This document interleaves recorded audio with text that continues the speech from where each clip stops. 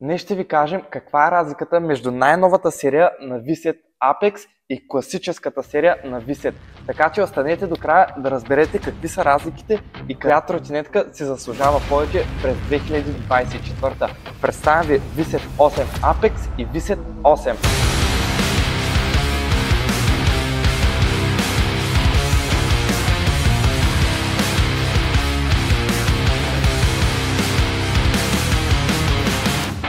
Първо ще започнем от дизайна. Като размери V-Set 8 Apex е малко по-голям.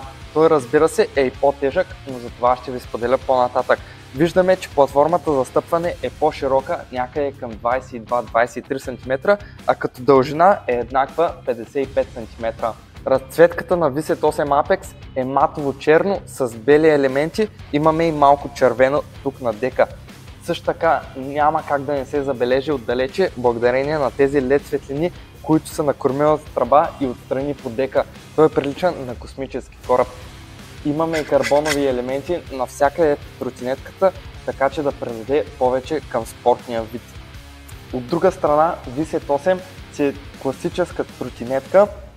Имаме алуминиева платформа за стъпване, тя е малко по-малка, към 20 см, но са избрали много яка разцветка. Матово черно с това маслинено зелено. Тротинетките са оборудвани с различни гуми. При V-Set 8 имаме две различни по големина гуми.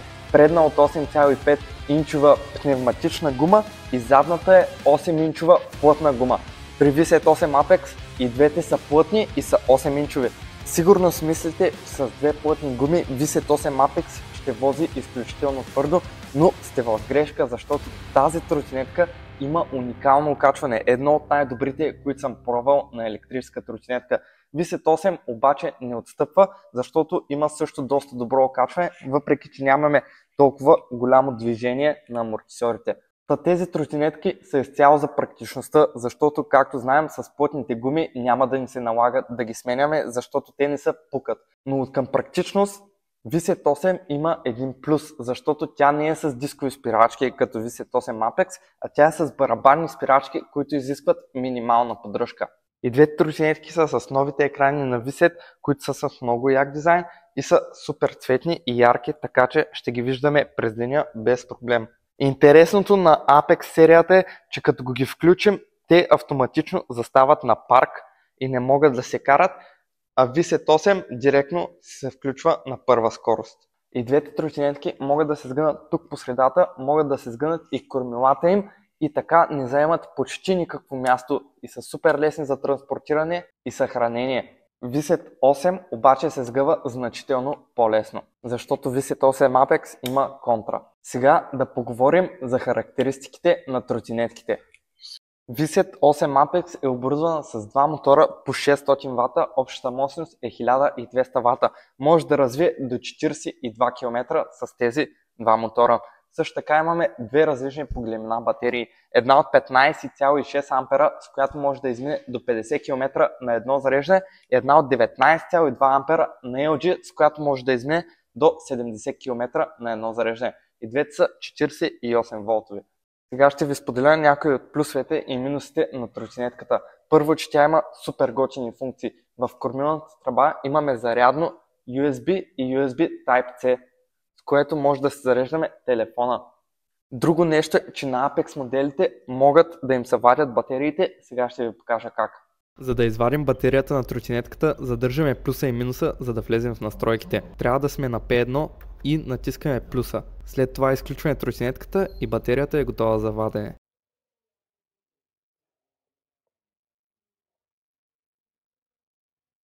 И трети супер як плюс на тротинетката е, че тя е само 24 кг. Разбира се, е малко по-тежка от V-Set 8. Айде да разберем какви са характеристиките на V-Set 8.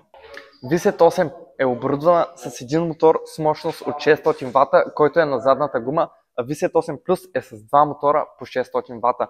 V-Set 8 може да развие до 40 км в час, а V-Set 8 Plus до 45 км в час. Също така на осмицата имаме две различни по големина батерии, същите като на V-Set 8 Apex. Една от 15,6 ампера и една от 19,2 ампера, която е на LG. V8 Plus е само с една батерия, която е от 16 ампера на LG. Тя може да измине до 60-50 км с тази батерия. Сега ще ви споделя плюсовете и минусите. Като започнем от теглото, което е най-големия плюс на тази тротинетка. Тя е само 19 кг с един мотор и с най-леката батерия и 24 кг с два мотора и най-тежката батерия. Друг плюс е, че може да регулираме кормилото по височина. Вече не виждаме много такива тротинетки. Има мигачи, които са много удобни за ползване, но няма клаксон. За сметка на това има звънче, което пак е поставено на много добра позиция и е удобно за ползване.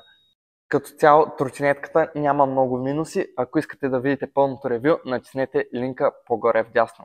И двете тротинетки са супер яки. V8 е по-бюджетната, а Apex серията е по-модерната и има доста готини функции. Аз лично предпочитам Apex заради тези функции и заради това окачване. Напиши долу в коментарите коя от двете тротинетки ти предпочиташ. Също така, ако ти е харесал клипа, остави палец нагоре и се абонирай за канала ни за още такива видеа.